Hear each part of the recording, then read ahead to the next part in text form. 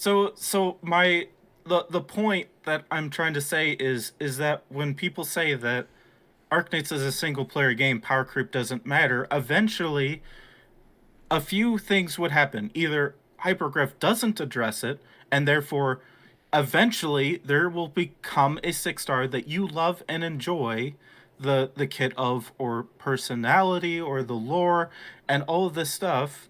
But simply by using them, you trivialize the game, which could ruin Yeah. your gameplay experience.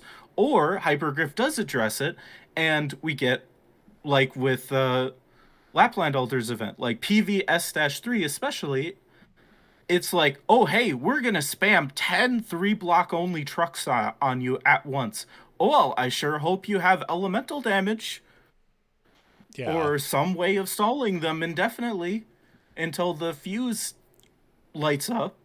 And then also, I do want to talk about the drones in the Siege Altars event Yeah. Yeah. and the Salt Fins in Thorn's Altar event. They are now getting. I mean, I'm glad that they're going with HP bloat instead of defense or res, Crush your but at the same enemies. time, yeah, they the Salt Fins especially are crushers. No, go ahead. The drones, especially, I thought that they were the most ridiculous enemy. They are. Like on my normal account, like sure, I have a built Cruise Altar, I have Exia, I can deal with them just fine. But the thing is that if it's like the game telling you, "Hey, well, I sure hope you have a built marksman, or else you're screwed, buddy." It has to be like And it has to be a spammy marksman too. Like right, you're not gonna get the thing done with Jessica. You're not gonna get it done with Vermeil. It's like it kind of has to be Crusalter. It right, has to be Exusii. I mean, you could probably do it with Cold Shot, but mhm, not every map allows for you to use Cold Shot. So it's like, right, and Cold Shot isn't even on Record Restore. I mean, okay, well, Crusalter is on Record Restore, but again, it's you have to build her, and so that's kind of the annoying right. element about it. And and when and my biggest problem with all of this is that I'm actually, well, with the salt fins and the drones specifically for those two events, um I'm actually, I'm not super upset about those enemies existing. My biggest problem is that they are introduced super early. They Yeah, are yeah, introduced on the fourth stage of the event. yes. Imagine a brand new player. They went into the game because they saw an advertisement for Siege Altar. They thought she looked awesome. Or in this current event, Thorn's Altar, they're like, "Oh, he looks awesome. I want to. I've been thinking about trying Arknights. I'm gonna try Arknights." And then they go through the stages, or they go through the main story in order to unlock the event. Then they do the first few event stages, and then they're like, "Oh, I just need to get to the fourth stage to get that free 5 star welfare unit from the event." And then they're slapped in the face with a brick of HP on the fourth stage. And it would be Where fine. It would be fine if he actually could drown in the salt. He can't. right, yeah, He the gains the salt increased fins, yeah. attack speed. Because again, it makes sense to me that all the enemies have bloated attack because the stage gimmick helps you. But Right, yeah. that's not really much of an excuse for the salt fins because I have them on screen right now. It's 70k HP for an enemy that you Yeah, for the face normal on ones. yeah, EP4. And so it's like, yeah, you can't, and it's not like they're easy to block either. If they had maybe like 700 attack, okay, fine, sure. But no, Right, that's yeah. Yeah, 1500. then it wouldn't be a problem. They're pretty fucking annoying to deal with. If they were just Yeah, annoying tanks, then okay, but no, they're like actual threats you have to worry about. And mhm. it's really fucking and annoying. and the drones for Siege Altars event, they do 800 attack 3 times. So if you don't have like an E2 tank defender, or you have the defense gear, they're gonna one shot your, or like two cycle your defender, or definitely one shot every rage unit other than a phalanx caster. So it's like, if these enemies were introduced on like the sixth stage or the seventh stage, I probably wouldn't care. But the fact that they're introduced so early and they have such high HP, and on top of all of that, they're introduced on the stage where you get the welfare unit, so you have to deal with Yeah. them no matter what. I think that's the biggest point to it. If they were introduced Right. the stage after the welfare unit, then yeah, that's a bit more Yeah, it's then a bit there's more sensible. But it's such a lockout Mhm. for the welfare, because I do think that the welfare should be. I honestly think that maybe the fourth stage is a bit much for the welfare. I think maybe the welfare should be given out just for. I think you should just be able to buy the welfare with currency. I think it's a bit much to have to restrict it behind like the middle of the game. But again, it you do have to earn it. You have to. It makes sense. But yeah, to have Yeah. it locked behind such insane elites. I don't even know if they are elites or not. I'm trying to look for the drone right now. I'm looking Yeah, under yeah, elite enemies, but I don't even know they if they're they elites. yeah, they're both considered elite enemies. Okay, do you know the name of the But drone? Because I in don't. it's like transport vessel or something. It is transport vessel. Okay. Yeah, It 3,600 HP it has and 150 defense. 800 attack. right. Yeah. And when it comes to the salt fins, what now that you're kind of talking about that you mentioned that if they were introduced a stage later, uh they would have been more fine. The salt fins, what kind of irritates me now that I'm thinking about it is that the fifth stage for Thornzalter's event only has one salt fin, and the fourth stage has two. Yeah. It's like this. Although the although the fifth stage has the cannon guy ride it, Yeah. Yeah. even still, you only need to deal with one of those salt fins instead of two. I think it Um, would, like, even introducing the pirate guy, the little pirate gremlin on the fourth stage would be too much. Because it's just. yeah, Because I can't imagine a new player having to deal with that, especially if you're a new player. You're probably not that well versed in how defense really interacts. And so if you see an enemy that right, has, you know, A plus attack, because you're probably not using the wiki. You're probably not trying to like numbers don't really mean that much right, to you as a new player.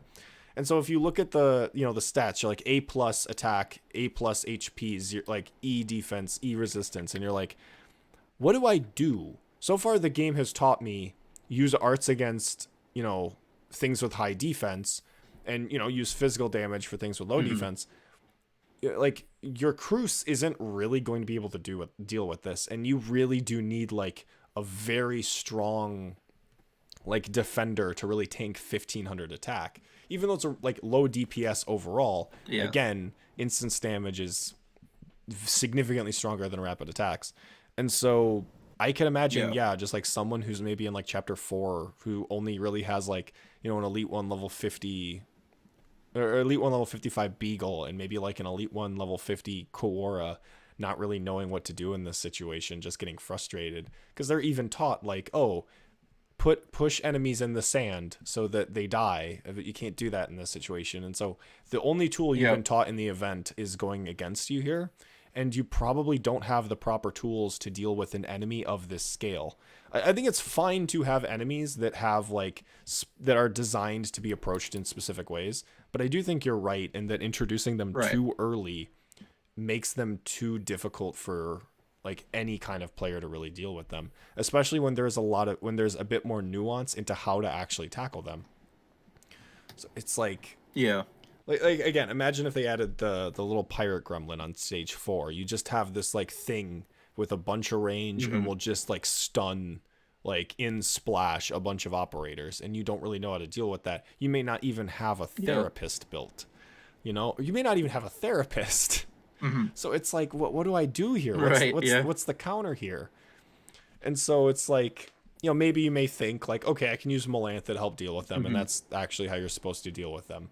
But I do think that, it's really silly to have these kinds of elites clearly being designed around a new kind of paradigm of enemy design that to me, I just find to be Right. complete nonsense. Because yeah, a Wishadel, I don't know if a Wishadel can one cycle these guys. Because Wishadel, like, can Wishadel do The 1500 damage every single hit?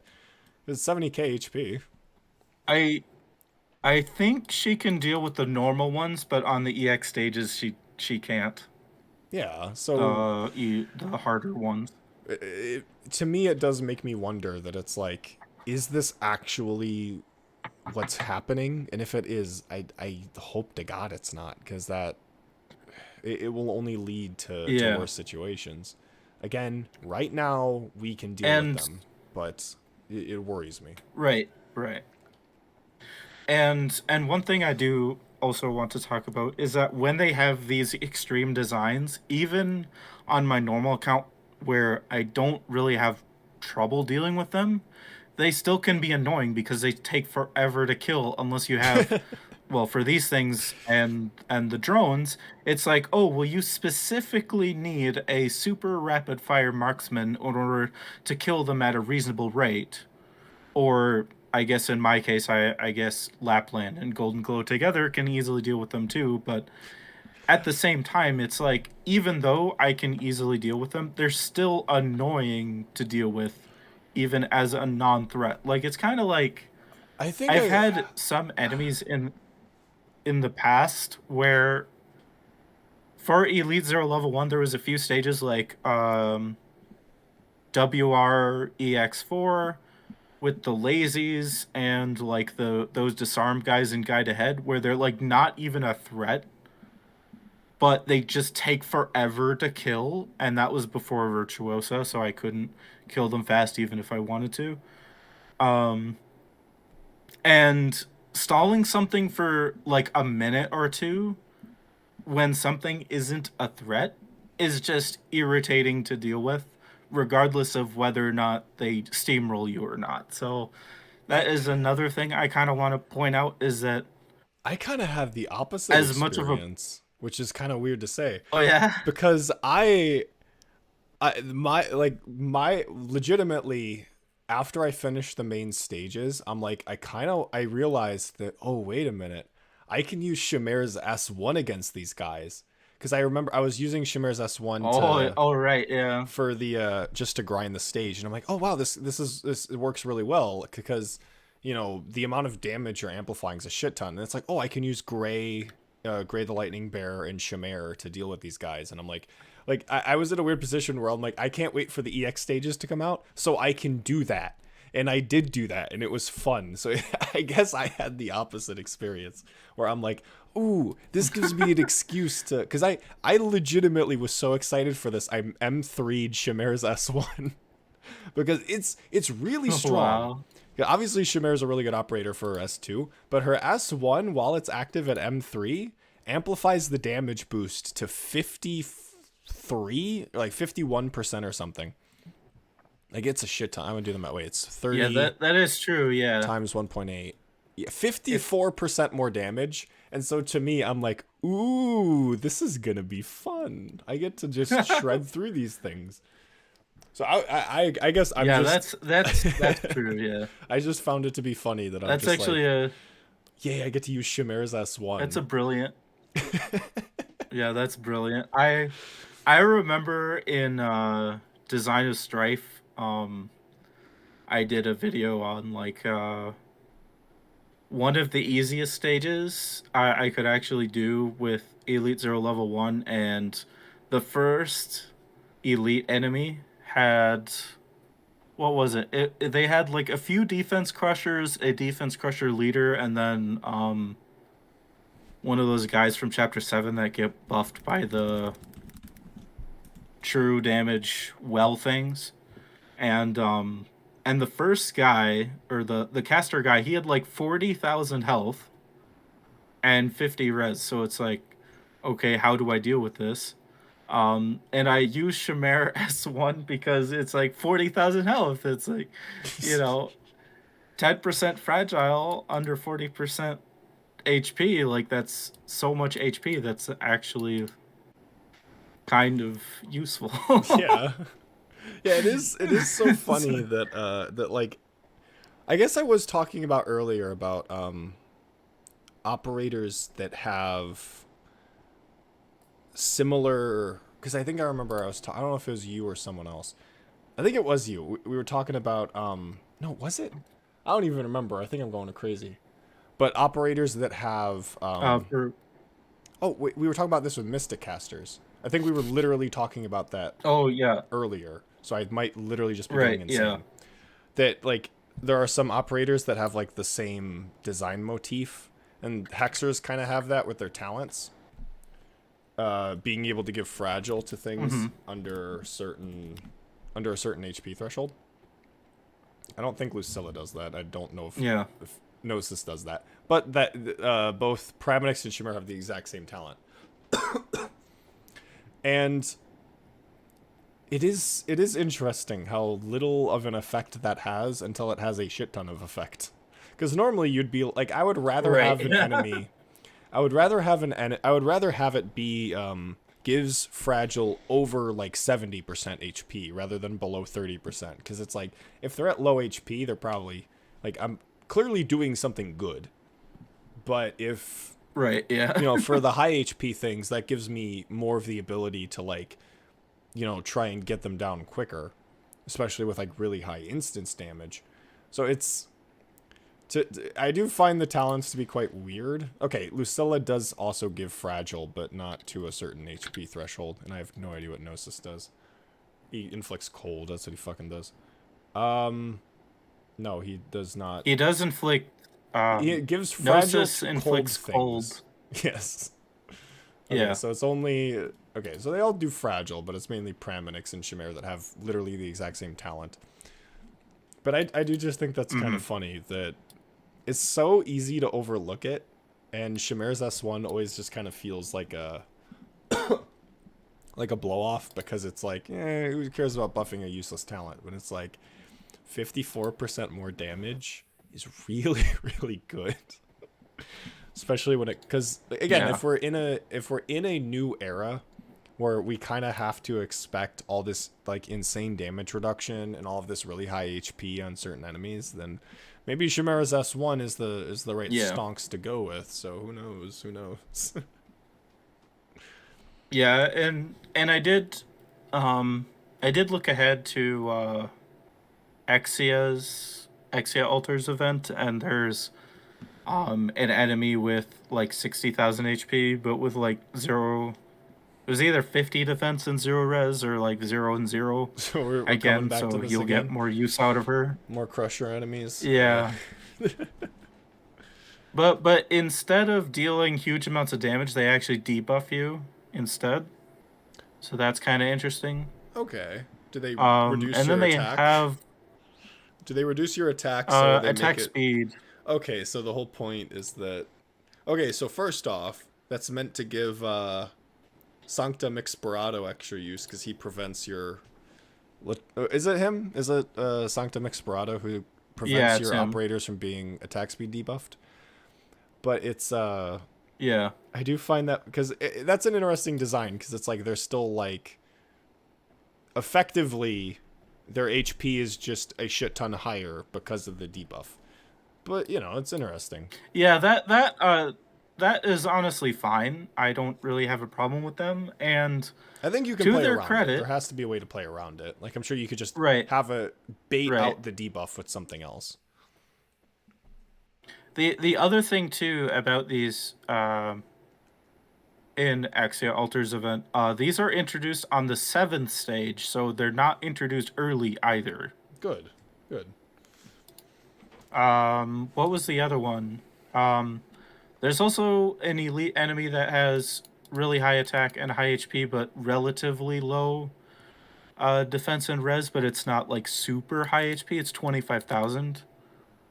So it's kind of like your relatively typical elite. But again, they're introduced on the 6th stage, so it's maybe they learned from these past 2 events on the CN server, and they're like, hey, if we're going to introduce these super high stat enemies, they need to be introduced later, which I totally agree with. So if that is the case, good on them. Yeah. Good on Hypergriff there. Yeah. Um, That's good.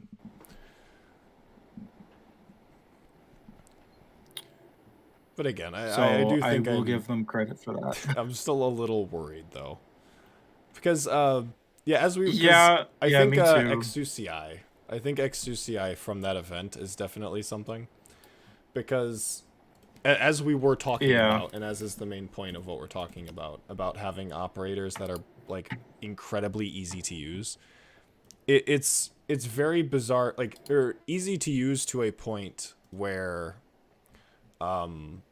they completely forego the downsides of their subclass for the sake of kind of just being a generalist. It's so weird Hmm. with Exucii because they took geeks, which are a supportive subclass, and they just made her a generalist because Hmm. she doesn't buff operators; she only buffs herself.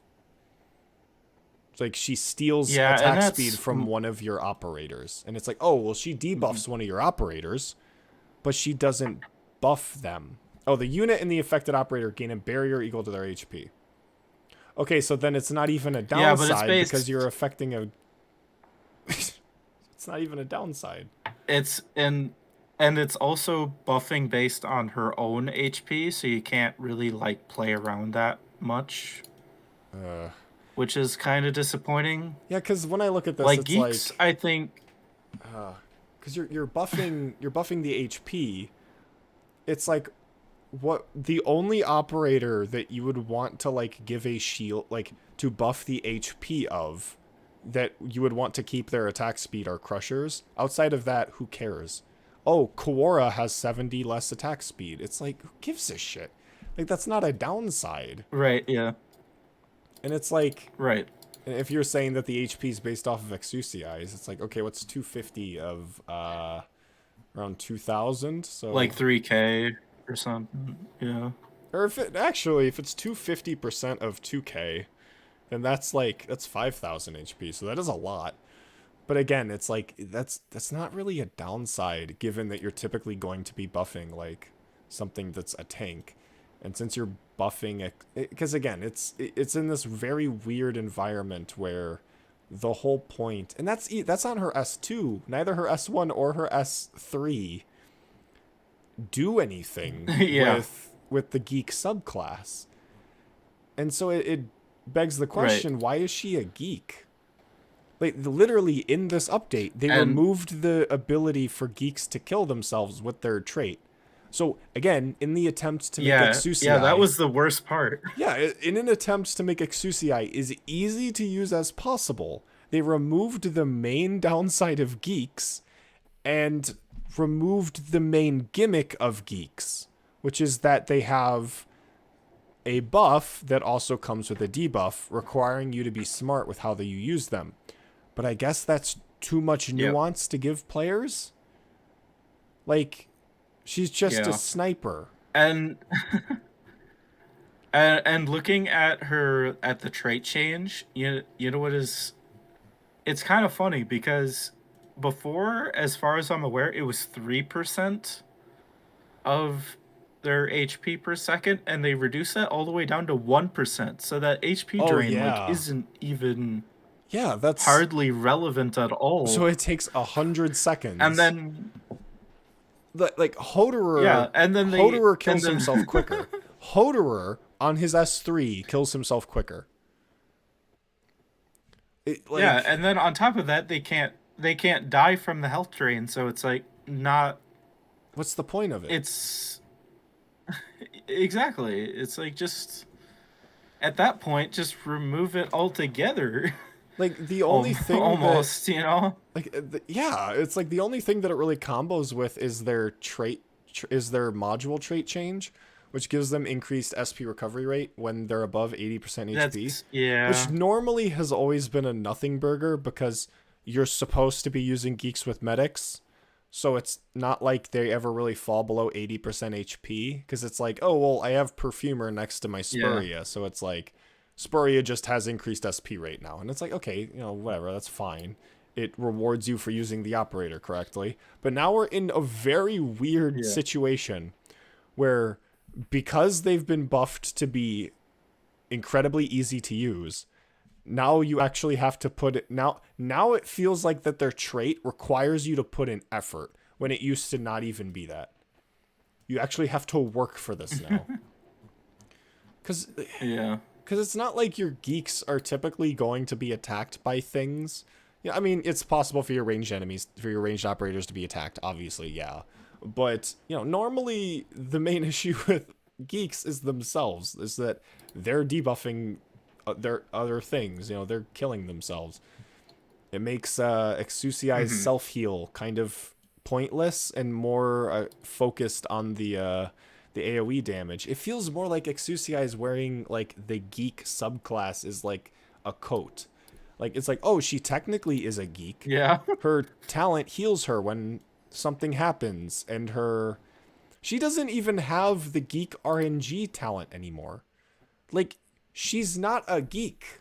Yeah. Like, what would you say? What would you say are the main? What would you say is the main subclass identity of? What would you say is the subclass identity of geeks? I would say geeks are, well, I guess as their actual class suggests, they're specialist buffers that work well with very specific operators that have a big buff, but a downside that you have to overcome in order to make them effective. And on top of that, either you apply the buff and then retreat them, or you, like you said, you have a medic to keep them on the field longer because of the health drain. You can use them as a DPS, but typically their buff is their main selling point, and having a big downside is also kind of what makes geeks interesting to begin with. And looking at Exia as well, like we've been talking about, she doesn't play around with a special buff basically at all. She just buffs herself. The barrier, I mean, sure, the barrier could make whoever she's stealing the attack speed from tankier and all that, but I don't know. I kind of feel like if you're relying on her barrier specifically, that, I don't know, are you just not using a medic at all? Which, I mean, okay, but I mean, the thing is though, is that they probably aren't. Like, we've genuinely reached a point where true, yeah, people would probably say, "Oh, this operator requires a medic to be used. They're trash." Because it's like the tiniest amount of synergy, the tiniest amount of you actually having to play the game as it's designed is too much, I guess. It's like, oh, it could be a DPS operator. Because again, that's why all of the new medics are DPS operators now. Because people don't like medics that just pretty much heal. Yeah. All medics need to now be DPS operators because it's fun, it's comfy to know for a fact that not a single slot is being wasted on not DPS. It's like, is that genuinely what we're getting to here? Yeah. It's like I don't know. I mean, that's probably why people don't really use Skelter anymore, because it's like, oh, well, she heals and does a relatively small buff that, I mean, to me it's a big buff, but I mean to everyone else it's probably considered a small enough buff to not really for people to care about. But at the same time, she makes other people broken, so I don't know. I also wanted to talk about, now that I'm looking at Exia's talent. I do want to mention Monster real quick though, because as I was talking about, like, because I did briefly mention Monster, but I think we got off track. We got a little sidetracked, but yeah, that's fine. Monster is kind of just Shu again. It's just like she can summon again. She has a cool gimmick with the construct that she can summon, which she will prioritize, and that leads to the chain being able to reach things that it otherwise wouldn't. That's cool. That's really cool. However, yeah, that's awesome. You also get she doesn't even need to heal the units. Any unit around the construct gets 20% more attack. Why? And then also, Yeah. when an operator is healed, this unit, so monster, and the unit that they healed, gets 22 attack speed for 10 seconds. So as long as she's healing something, which, you know, her construct loses HP every single second, so yeah, the unit... Yeah.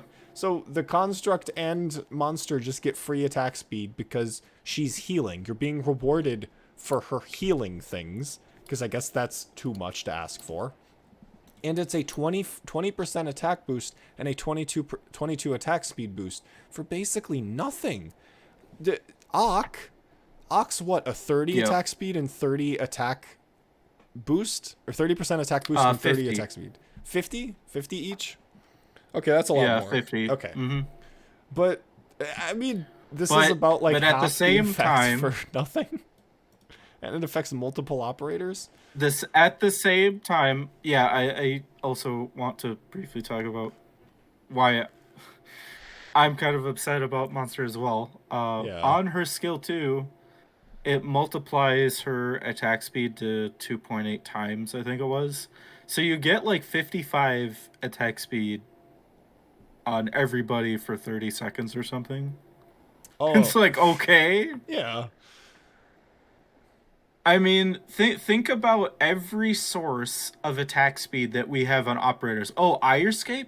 Oh, he gives a measly 11 attack speed with this module and 17 to ground units around him. Wow, amazing. What about Psyleech? Oh, she does like plus 13 with a maxed out module, which you shouldn't max out because I mean, that's such a small benefit for the amount of resources it is. Juan King. It's like Juan King gives 25 attack speed on his S2 if they're facing the same direction as him. Monster gives 22 for doing nothing.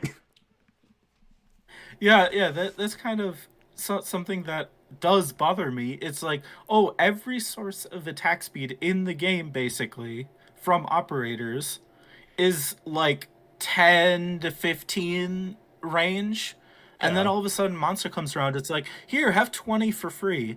Oh, and on top of that, let me give 55 to everybody on my S2 because I'm so awesome. Like, what? Yeah. What? Oh, and guess what? Oh, and you want to know something cool? You want to know something cool? It has a charge of 15 and a starting charge of 13. So you only need to... So again, it's barely offensive recovery because it's instant. her construct loses HP every time. So she can heal it. So she's always gaining offensive recovery. So for the measly like 5 seconds you have to wait for this thing to be active, you then get... Everything's a heli drop skill. Everything you just put down, you click a button, and everyone gets this insane buff. This is an operator who's a medic, a buffer, and a DPS operator all in one. Because I don't know. There's no, like, there could have been a cool niche. The construct could have been her niche. But instead, you just have this entire thing. You have this entire gimmick of just like... Oh, no, she actually is a DPS operator. Oh, she actually just buffs all of your operators. She does all of these things. You know, it's so cool. And it's like, yeah, why would you ever use her S1 ever? Why would you, like... You know, one thing that I did, I had a comment talking about Monster's kit as well. About how they didn't like her kit either. And my suggestion is if instead of these free buffs being applied to her skills instead. So let's just say her skill 1 says the next heal heals for whatever and +1 bounces, and then say allies healed by this skill, like allies healed for 5 seconds, so you need to M3 in order for it to be 100% uptime, give the 15% attack as like part of the skill. And then for her S2, that is going to be the attack speed one. So say, you know, during the duration, everybody, like, I wouldn't even say 55 attack speed that it currently is. Like tone it down. Like let's just say 40 attack speed. Like It 20, prioritizes healing the 20 is probably construct. fine because this is hitting like four Right, operators. true. So it's like, yeah, I think it's, Right. and it also buffs her. She's also getting the buff.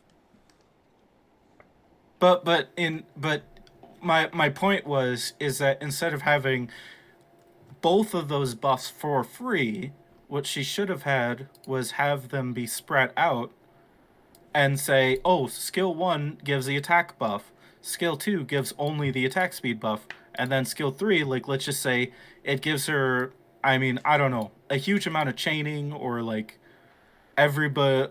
One suggestion I had was that all of the chain heals get added up to equal the same amount for all operators. So let's just say she heals for 500, 350, 250, and whatever. Um, let's just say add all of that up to be like 1,000, and say during the duration of the skill, all of that gets added up. So instead of having that decrease, they're all at those totals be added up to be the larger amount, and just give that to everybody. So it'd be like this burst super chaining skill. And it They could rewards you even add for like positioning. It rewards you for using multiple right. operators. Yeah. Yeah, and play into the chain medic gimmick, instead of being like, Maybe you oh well, could. she's monster, she does damage. Maybe she heals more the further away they are from her.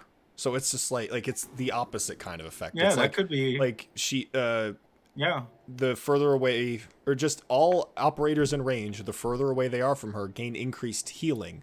So maybe she doesn't even need to heal them. It's just some cool effect of just like, oh, Sidoroka's on the other side of the stage. Now she Yeah. can instantly heal herself to full with her S1. And so it's like you could have like, yeah, some kind of cool niche way of playing into the subclass. But that's not what we got. What we Hmm. got was a skill where she's no Yeah. longer a medic, and she is instead Right. a DPS operator who deals true damage. And it's just like, Yeah. what's the point? Are we genuinely at a point in Arknights where we can't have a medic be a 6-star unless they are your DPS carry and also buff? And when they're not your DPS carry, they're Hmm. buffing your DPS carry. It's just this. By a huge amount. Yeah. Yeah, to me, I just find it to be pointless. There's no. There's no like care in this kind of design. Like I get it, Monster is meant to be a top-down designed operator. This is designed with flavor in mind, but flavorful designs can be bad designs sometimes. And I do think a lot of people just don't like Monster's kit just because it's so effortless, because again, as you said, it babies you. It's like you get all of this reward for kind Hmm. of doing nothing. Where with other operators, you really have to work around their niche. You really have to understand how to use them. Like you're not mastering Monster. You don't like Yep. you master her skills obviously, but you're not mastering her as an operator. You're not trying to get better at using her, because the skill ceiling is the skill floor. That is it. At least, like Basically, I yeah. don't like Calstis, because I think she falls into the same trap that Monster does. But again, she came out long before I even started playing, so it's not like she probably was at least on some level like a part of all of this kind of power creep stuff. But again, she's an operator that was designed top down, flavor first. And she at least has the nuance of, there are some people who use Calstis because you can deploy Monster outside of her range on purpose, so that Monster dies and blows up and is Right. just kind of like a bomb. So it's like, that's kind of cool to me. Yeah. But you can't even find Yeah. anything similar Kelsit. to that with Monster. There's no nuance, period. Yeah. There's no nuance with Wishadel. There's Yeah. no nuance with Logos. There's no discussion to be had other than how much damage they do, and that's it. And for Kelsit, I think even still, she was a lot better designed, because they play into that. Oh well, Monster, sure, it's has a lot of high stats, but only Calcit can heal it, outside of course bards and whatnot, but is the only dedicated medic that can heal it, and it doesn't have super high defense. I don't think monster has res or very low res, so it's still vulnerable. And on top of that, even though the skills are charged pretty quickly, you are dedicating two deployment slots for them to work. Monster So has Calcit, 400 defense at Elite 2. Elite 2 max. yeah, So so that's like guard that's like defense. the same as a guard, yeah. But he also has So 5,400 HP and 1,400 attack that and 3 that is block. true, yeah. So what I'm saying is that with Monster as a chain medic, it's like they had this super awesome idea and then they threw it into the trash bin with their skill 3. And the extra buffs being overtuned, whereas Calcit definitely feels a lot more flavorful, like more nuanced design. Like let's You're just right. put it that way. You're right. Like I'm not a fan of so Calstis. there's a little bit because- more to it, yeah. No, you're right when you say that like Calcis feels more contained. She feels like there was a design goal. There was a there was something about her that they wanted to do. There was intention behind her kit. I still don't like it because I think it is just kind of pushed, and it's just like you get this really overstated like operator for basically free, that which is, and a lot of the time you're not using Calstis as a medic, you're using her for monster, and again it's a medic that deals true damage. Yeah, she's not really a medic. Yeah, as a medic, I don't think of- she's well designed. But you're right when you say that she has more of a cohesive kit. There's a goal to her. There was obviously, and she's flavor first, and she's a lot more flavorful than Monster is. Where Monster is just kind of pretending to be Calstit, but not at all. And it's like, she has all of these buffs. Why does she have all these buffs? She has the buffs because she needs the buffs in order to be viable. And then it's like, I guarantee you the only skill anyone's going to use is her S3. And again, 11 charge Except out of for 15. me, who's 11 charge out of 15. And it only...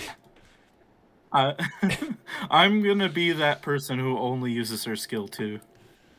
But...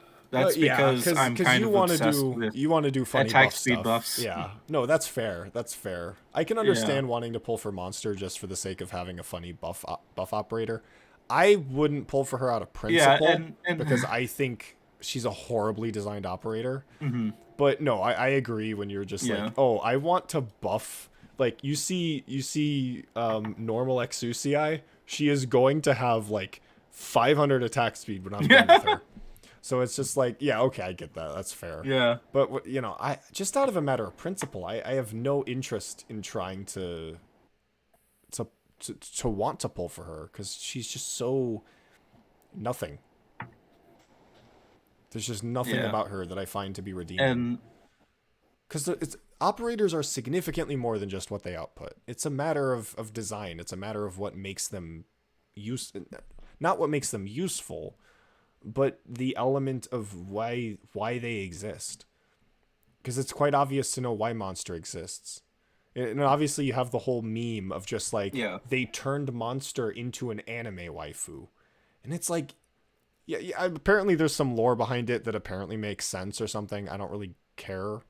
But it's very difficult not to look at Monster and be like, oh, she was designed purely to cater towards this kind of mindset of, you know, everything needs to be DPS oriented, everything needs to be so insanely pushed and overpowered and are capable of doing everything in their power to do it.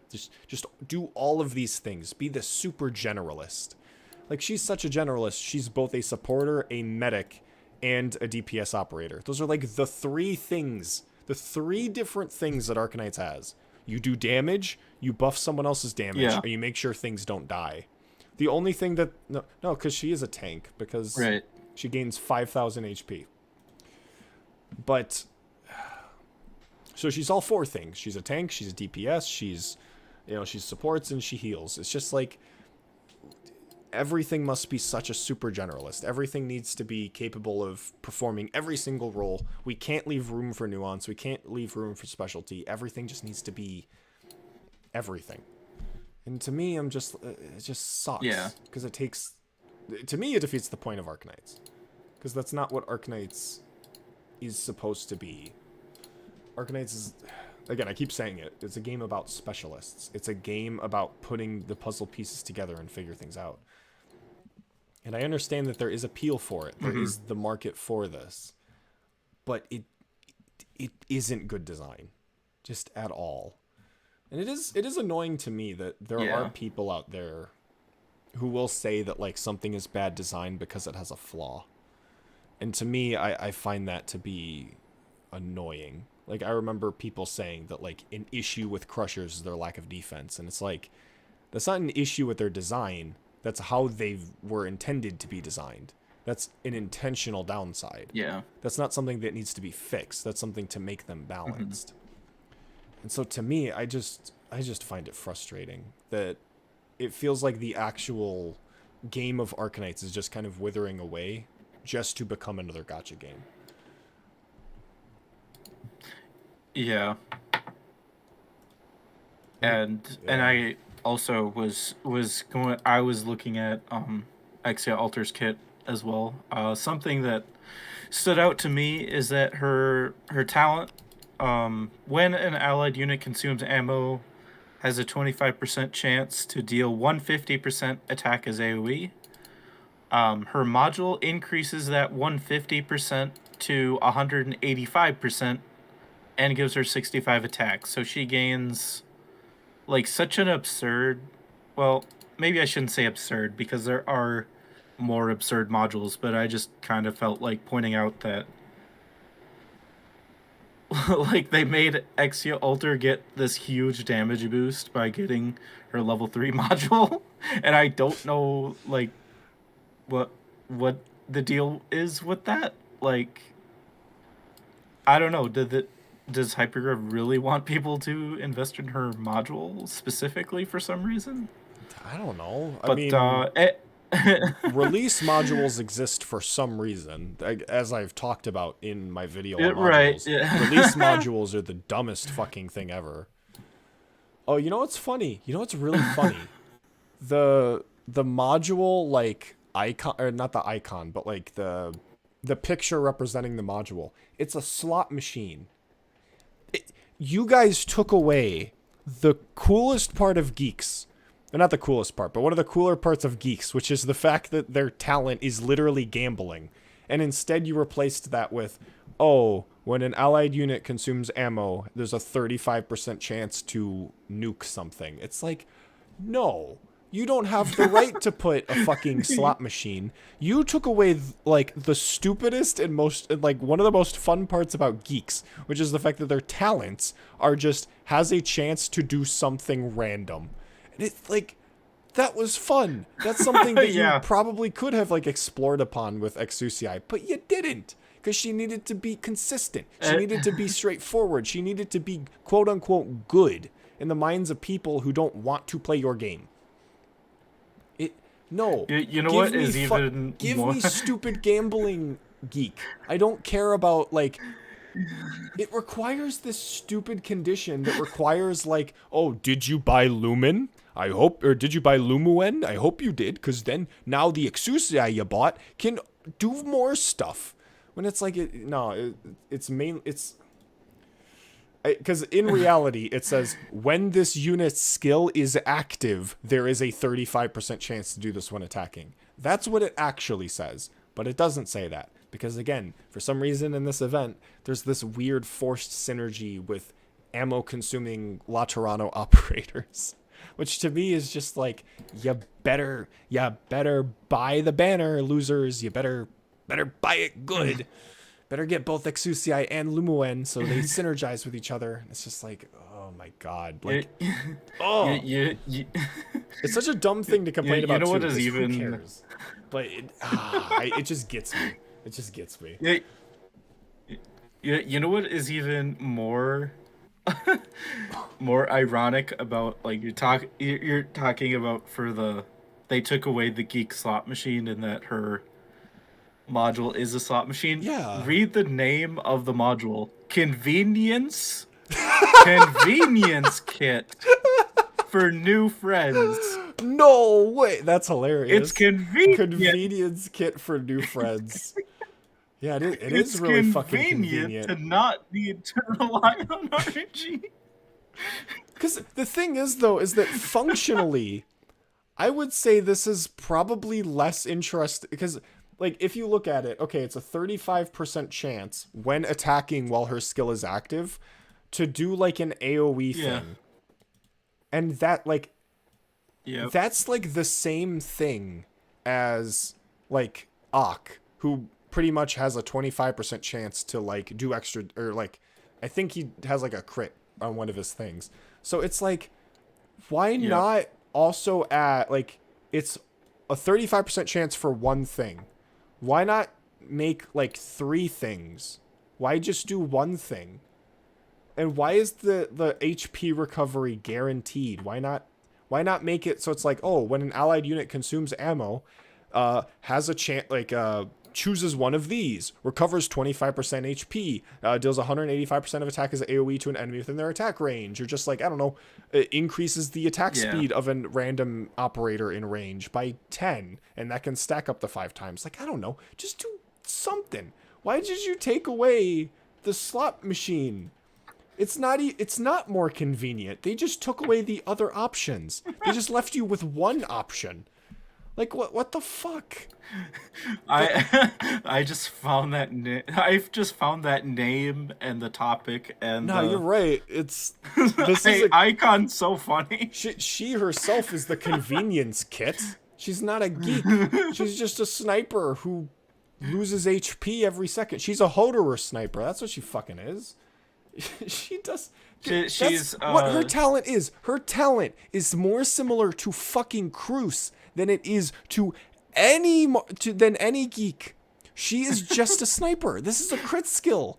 This while her skill is active, has a 35% chance to do 185% of attack as AoE damage. That's what it is. That's all that says. That's not a geek skill. That's just a crit skill. Where's the gambling? This isn't gambling. This is a travesty, is what it is. This is a waste of my fucking time. Jesus. And I didn't realize this is what would piss me off so much. This is so fucking dumb.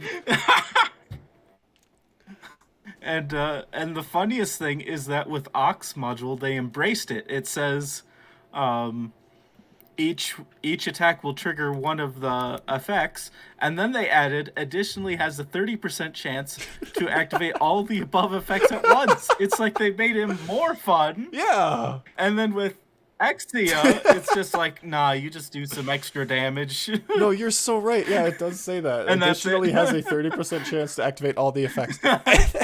So you have the fun, stupid gambling effect. Or you can have the Chad Ock. The Chad Ock gambler, or the Virgin Exusii who can't handle more than one trigger. Like, that's so stupid. And yeah, Ock does have 165% damage crit. So he has a 25% chance to do the thing. So one element of Ock's talent is all of Exusii's talent. Like, basically. Oh my god, she just isn't a geek. There is one thing about her that is a geek. Everything else is not geekish at all. My god, this. But she calls herself a geek, but I don't even think she knows how to read. What is this?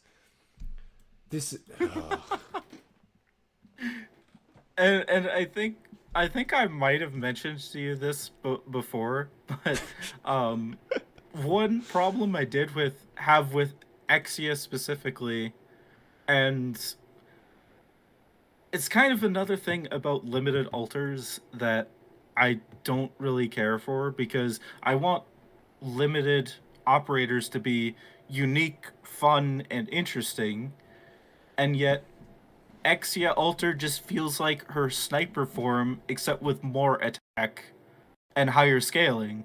But with the small downside, oh no, she relies on ammo instead of, a duration skill, so technically her sniper form has higher skill ceiling with buffs and like IS relics and whatever, but in normal gameplay, like her skill 2 and skill 3 just feels like sniper Exia skills, but with, the AoE extra scaling from her talent as well as the extra scaling from the skills themselves. Exusiae Alter's S1 literally makes her a marksman. Prioritizing aerial units. Which is hilarious. Like, they're not even hiding it. Why is she even... Yeah. Just make her a marksman. She's more like a marksman than she is a geek. And I guarantee you that the people who are using her don't give a shit about her HP reduction or about her losing HP. So it's just like, my gosh. Right, yeah. Oh, no, she does. Oh, yeah, because of her, like, she can bring someone back from the dead or something and give them 6 SP. Yeah. Except there's no downside to this. I will say that her skill 3, that revive feature, is genuinely interesting, and that is something that I would want from a limited operator, something unique, fun, and interesting for a medic. But the problem is that the whole rest of her kit feels like sniper Exia, but with basically double the scaling and AoE. So it's like, and it has nothing. She to has do with one her tiny S3. thing. Like that's not, like it could have been a cool gimmick. Imagine if her entire gimmick was like resurrecting operators, and again at that point, like imagine if she could use resurrection as a form of being a geek. Oh, you get to resurrect an operator, but the operator gets stunned for 5 seconds after they get resurrected. Like, I don't do something. Maybe instead the operator has only 1 HP, but then they gain a barrier that's equal to their actual HP, but they lose a bit of the barrier every single second. And so it's like, why didn't you play with that? Yeah, they could have done something. Yeah, you could have maybe make every single skill like somehow, maybe not her S1. Her S1 doesn't need to be related to resurrecting things. But imagine her S1 is fine. But... It's funny. Although, it's not an attack speed boost. Because, again, you removed the gambling part of her talent. So the attack speed boost that exists on Spuria and Ak for their S1s, which is, extra gambling and makes them fun, doesn't exist. Yeah. So what's the point? And here I thought we would get the most triggered off of Wishadel. I thought so too. Well, we're just used to Wishadel being horribly designed. Well, the thing is, though, is that half of Wishadel is well designed. So I can't even be mad at all of her. Yeah. But I'm looking at Exusiae, and every element about her is, I'm just like, this could have been completely different. It's like, again. And it could have been so much more interesting, too. Make her talent the slot machine.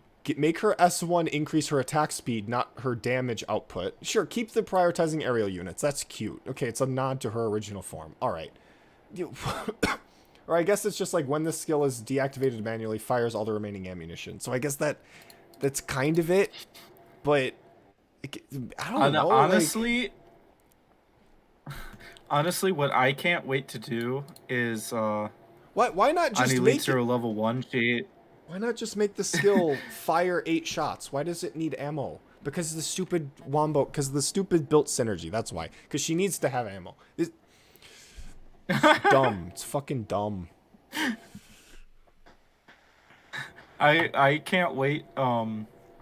She actually has like double the attack with her skill compared to regular marksman for Elite Zero level 1, and I can't wait to activate her skill and then just instantly turn it off against one enemy. That is gonna be actually sounds fun. Yeah.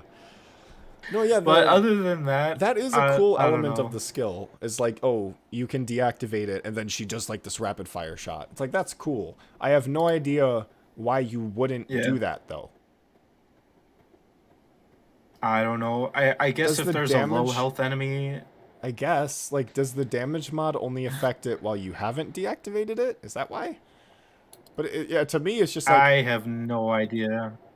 Because they could have done this like same effect of just like she gains ammo, but she just instantly consumes all of it because her attack speed is like super increased. Like you could have done something fun like that. Because the whole idea is that it's meant to like instantly trigger all of the when a ammo consume thing happens with her own talent and with, you know, other operators. It's just like, I think this could have been a bit more interesting. It's the right idea, but I think you could have done it a bit better. Mm-hmm. And then again, you look at her S2, Yeah. and it's dumb and it's stupid and it is barely a geek skill and it's just making her more of an attacker. And then you look at her S3 and it's like, wow, what's this? Potential? Man, you really should have used that. Oh my gosh. At least Wishadel, like, pre-Elite 2 is a flinger. Yeah. Exusiai isn't even a geek when you use her geek skill. Right. Like, yeah, talk about floundering subclass identity. It's like she's not a geek in any regard. I'm sorry. It's just genuinely just not a well-designed operator. Oh. But for the meta players out there, her skill 2 gives her 300% attack as physical damage. Just putting that out there. Yeah, because that's the only reason why anyone's using it. No one's using it for the barrier. Pretty much, yeah. It's like, oh wow, hi Shu. Goodbye 70 attack speed from you. Hello 300 attack for Exusiai. Because the whole idea is that she's also gaining the barrier, so she doesn't lose her HP as much. So, but again, she can't even kill herself anymore, so what's the fucking point? You know, what if I did some memes where I have actually joked around. Were you Ak Exusiai? That would be hilarious. Superior geek. No.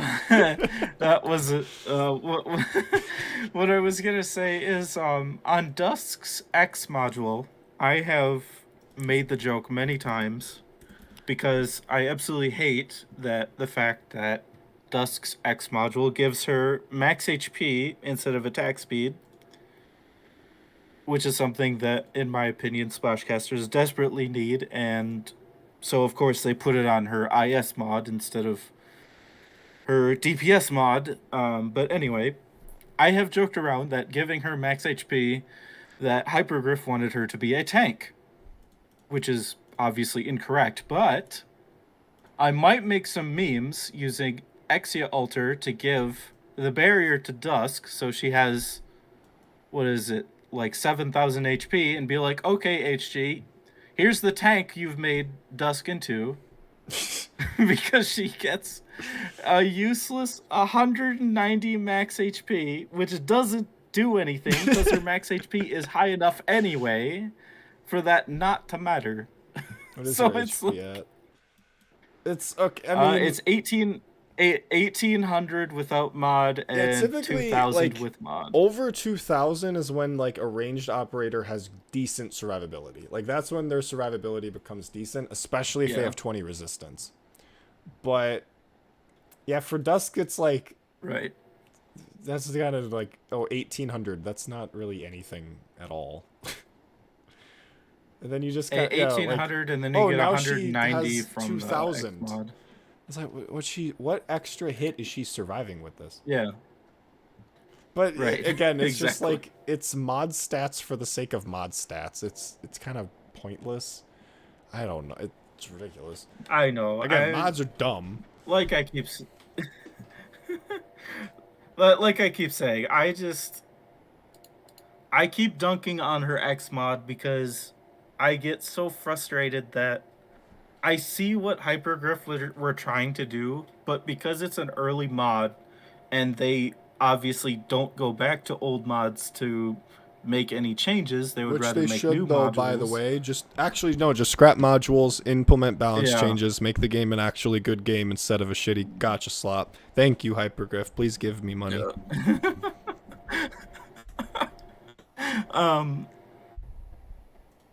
But because I see what Hypergriff were trying to do, But basically, all the modules that came soon after, like we've discussed, the chain casters, their modules being so much better and them being the direct competition, it's like, okay, so you remove the damage fall off weakness of chain casters, and I think they even did stat buffs on top of that. So it's like their damage was the same, but the chain casters have less SP cost.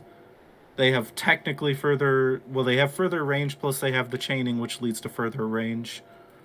Technically bigger AOE and all that various different things. So, like, I see what they were trying to do with Dusk first module, but it completely fell flat on its face, and I am glad that her second mod did turn out as good as it is, but her first mod, it frustrates me to no end because I see the potential that it could have been decent, but then because it's an early mod, it ended up being garbage. Yeah. On Yeah. I do think the Chaincaster yeah. mod trait change is kind of dumb. It to me, it's just like a buff for the sake of a buff. It's the same thing with the Therapist mod trait change, where they remove their lower healing for far targets, and it's like, isn't that the point? Why are you removing that? That's supposed to balance them. Now you just made them like you made chain casters like better splash casters when dealing with not that many enemies, and now therapists are just better core casters. Like, so what the fuck's the point? It's just a mod trait change for the sake of a mod trait change, and it's unwarranted because there's nothing broken. So why are you trying to fix it? And the thing is, with splash casters, they do kind of need it. They're not like horrendously unplayable, but I do think that, especially because chain casters exist, they do definitely need like a somewhat decent module. And I think their Y module is the correct route to take. You know, make them cheaper, because there's no reason why they need to be as expensive as they are. Yeah. There's already other balancing mechanisms that prevent them from being OP. They don't need the really high cost. But like for the X module, it's like, if you like, I get it, you're trying to focus on the offensive capabilities. Just make them attack 2 targets. I wish that was their trait change. I mean, it might make them a little bit too strong, but at the same time, even if they did like an arts damage flinger, like, could you imagine that? Oh, well, they do an extra hit, and just 50% of their attack is arts. Yeah, like that would be like fine. That would have been awesome. Like something fun, because like the extra range is helpful. It is wild how in Arknights, just like one little square of extra range can make a big difference. Because like I've been using Rose Salt a lot, and I have her module purely because of the little bit of range she gets, and it makes her gives her a lot more use, which is really weird. True. Just because like just one extra little tile can make a big difference. But for splash casters, it's like I'm never really in a situation where I'm like, I need to do splash damage then the 3rd tile forward.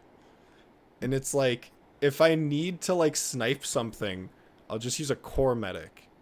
And unless it's a situation like Lava where the extra range is actually beneficial because of her S1, there's never a situation where that tiny extra range like does anything.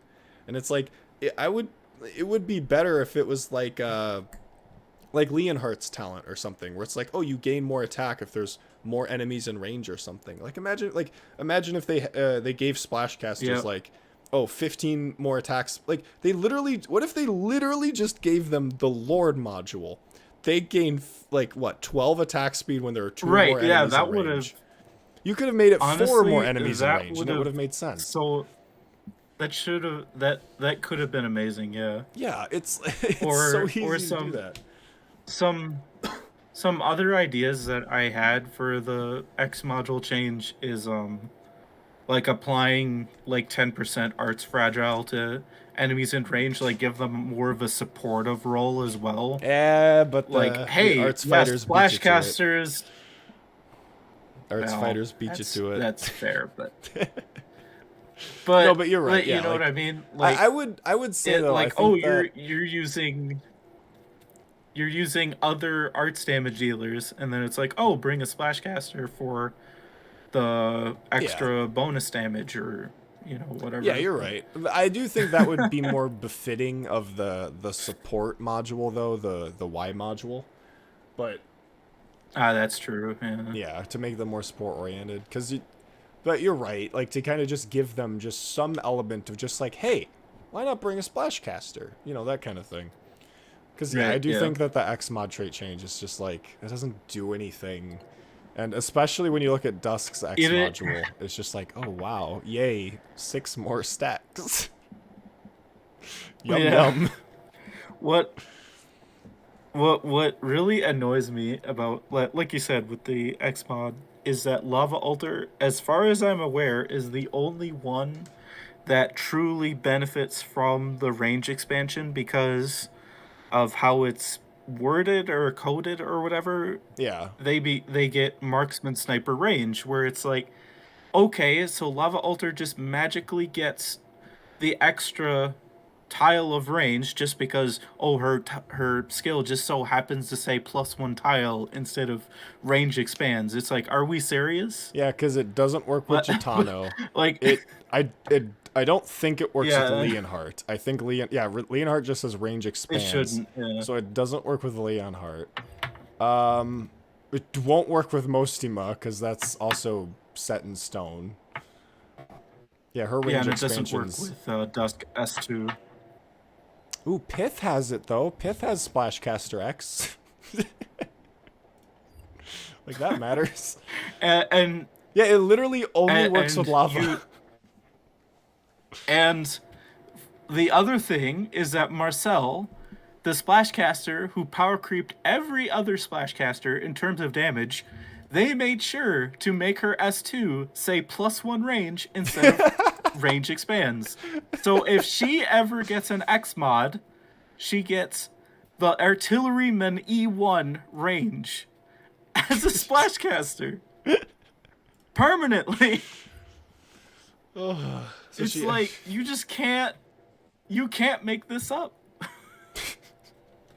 It's just so dumb. What's funny though is that Santalia and Skyfire probably could benefit from the attack range expansion. Because Santalia doesn't increase her range, does she? Yeah, they would actually. Does her range she increase does on her with S2? S2? Oh, it does. Okay, never mind. All right, maybe not Santalia, but like Yeah, so it kinda Skyfire makes could at sense, least but- like Skyfire sniping things with her S2 could be something that's like interesting. Like that could be something that's useful. I don't even really Yeah. understand why she got the Y module. Like I get it, she has her support talent, but it's like to me, I feel like that's I the don't more know. niche use for Skyfire.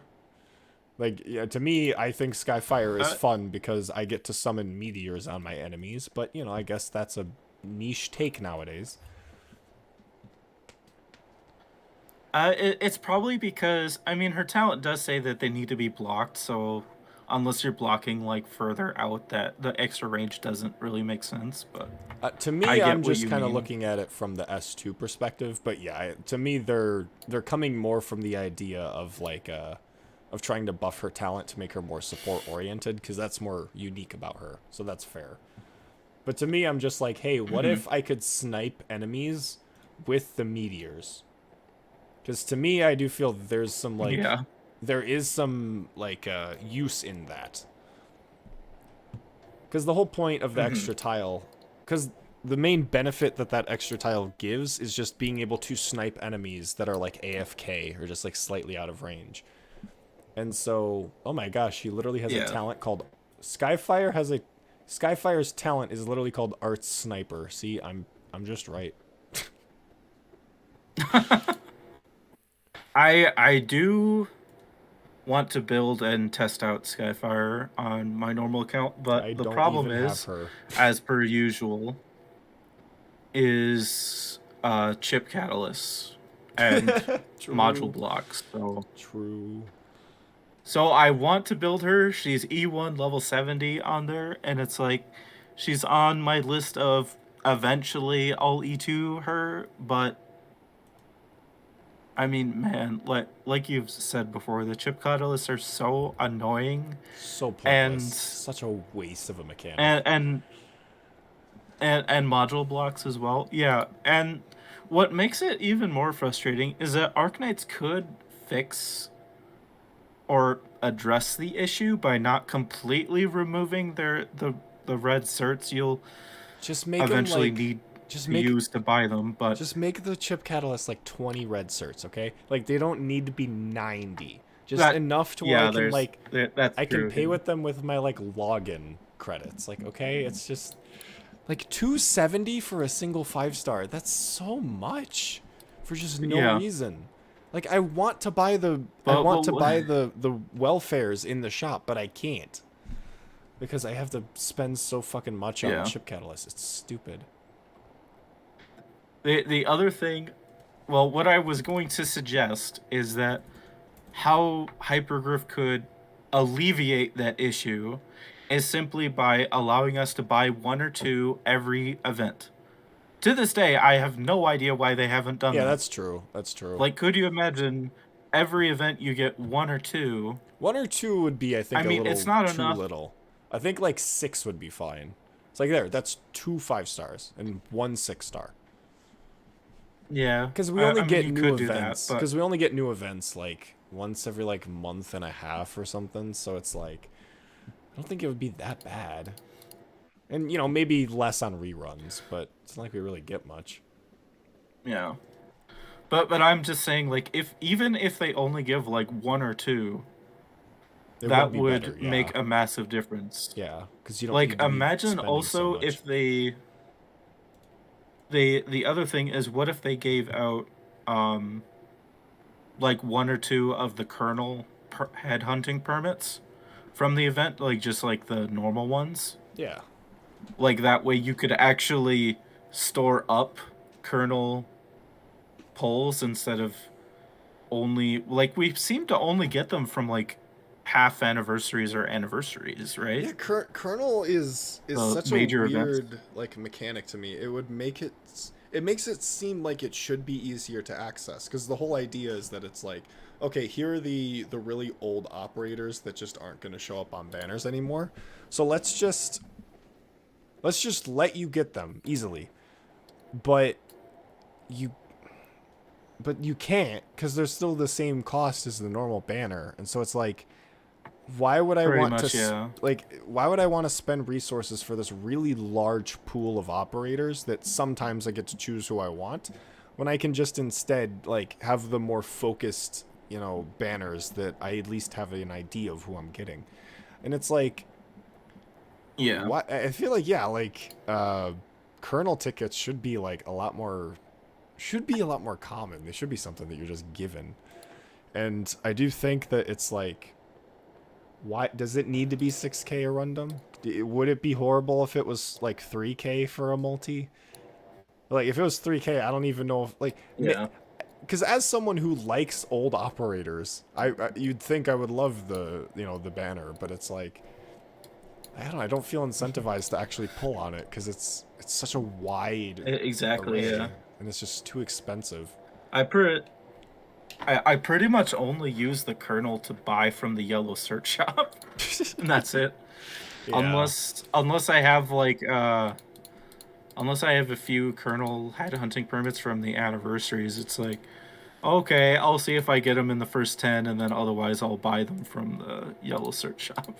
Yeah. It makes me like, imagine if they gave you just like one free daily pull on the kernel. Like, would that even be bad? I would say no. I mean, Yeah, like I don't even think maybe I that might no, yeah, because you don't even get the same certificates. You get kernel certificates, yeah, you don't. so it's Yeah, not you like it would don't even even really get break the yellow cert certs. economy. Like I just think that they need to do something about kernel to make it just stick out more. Because again, there is genuine value behind the idea of kernel and being able to get older operators really easily. But it's just, Yeah. to me, it feels weirdly harder to get them now because they're behind kernel rather than just getting them randomly through gotcha. So Yeah. I don't know.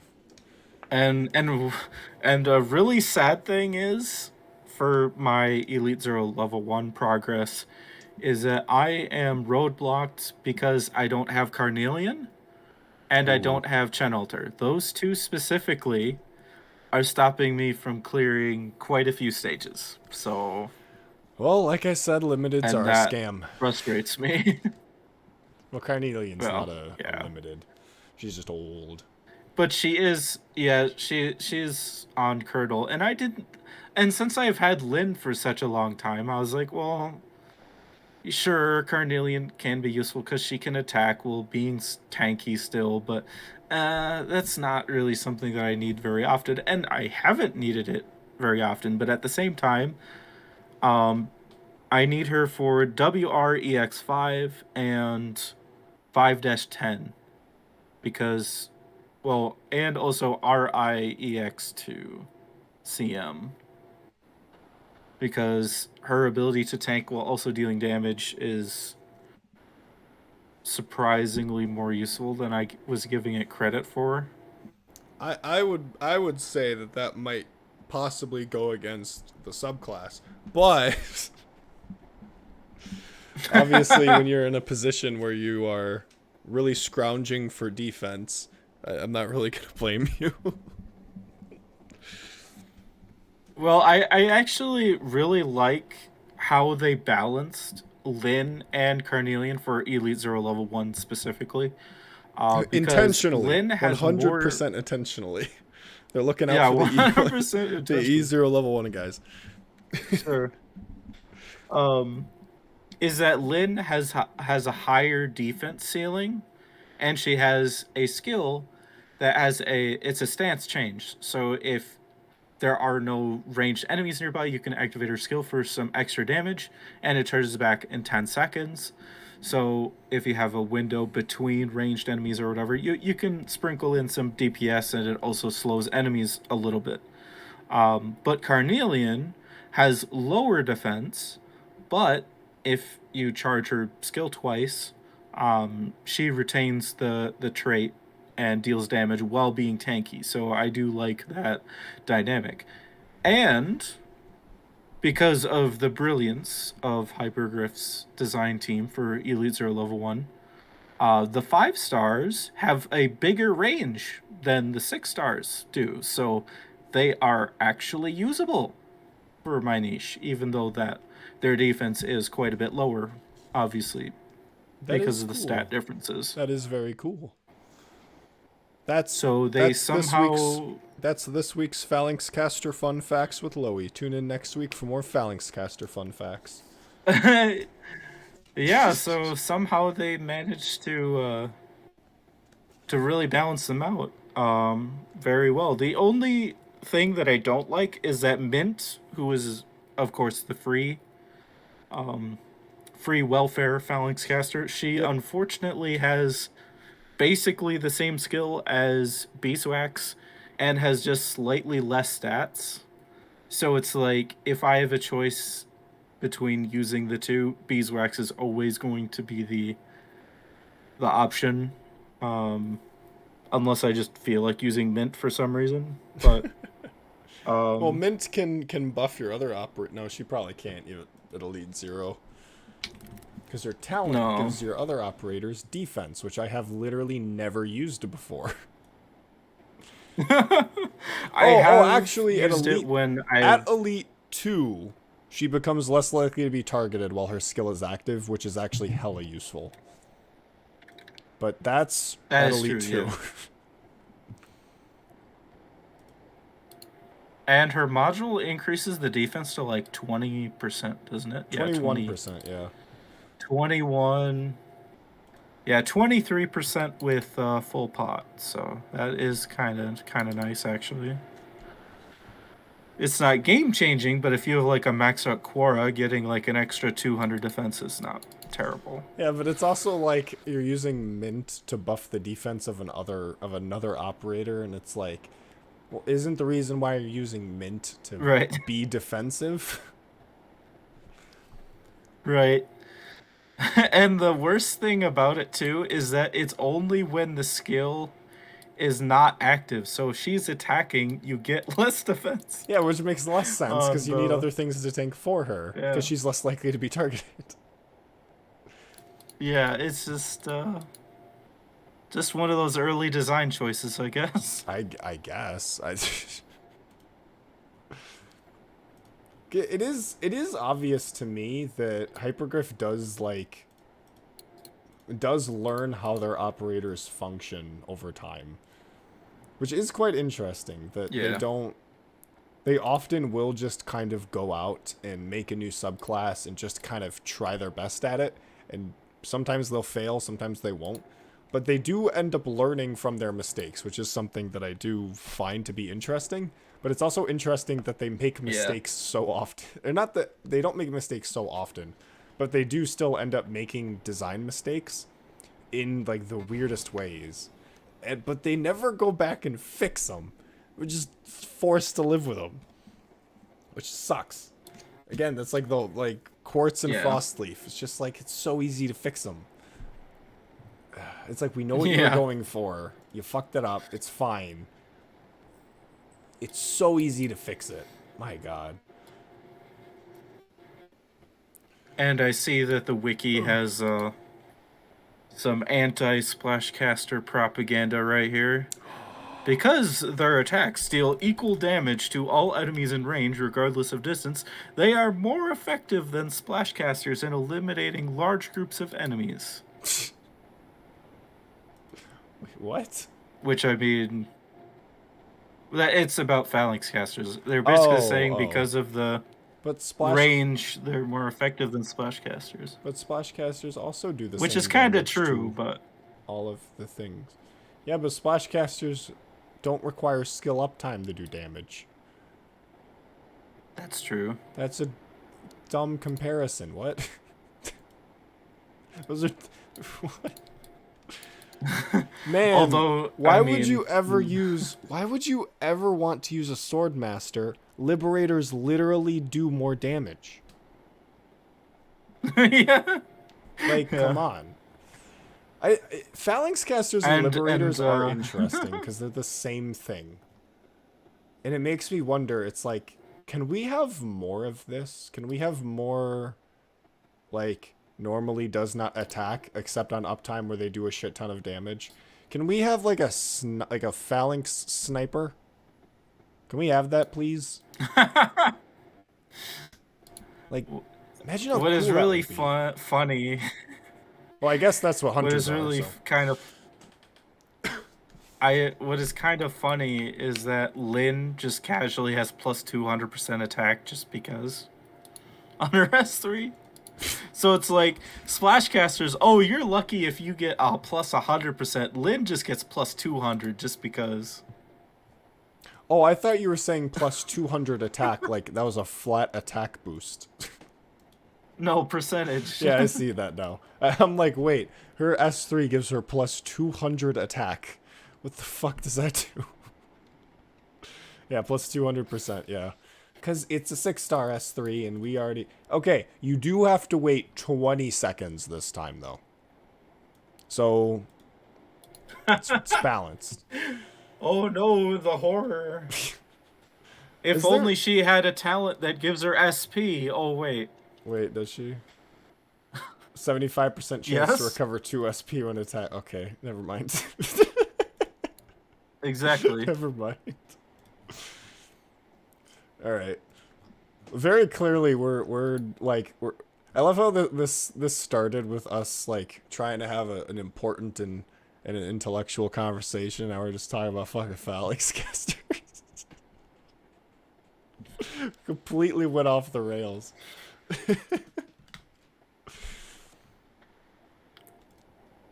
Yeah. Great conversation.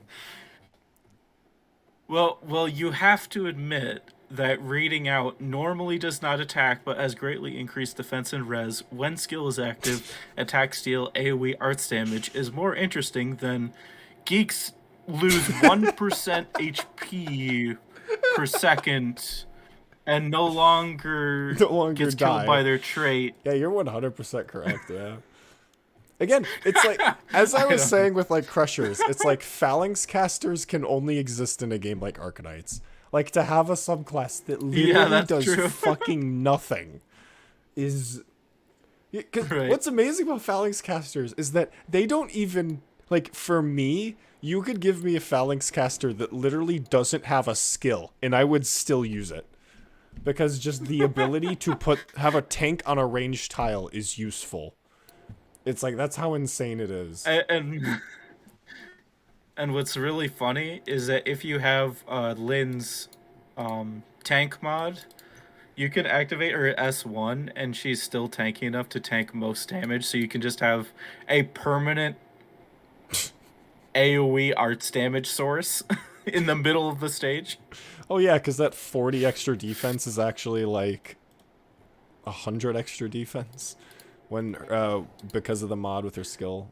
Oh no, it's not. Oh, it's not. Yeah, No, she doesn't retain she the doesn't trait. retain some of the trait. That's her X mod. Her Y mod. Wait, Yeah, unless her I'm just Y reading mod, the I don't know why. damage I don't know increases with why you would ever. damage increases with number of enemies in the area. Hey, it's what splashcasters should have, as we were just talking about. Basically, yeah.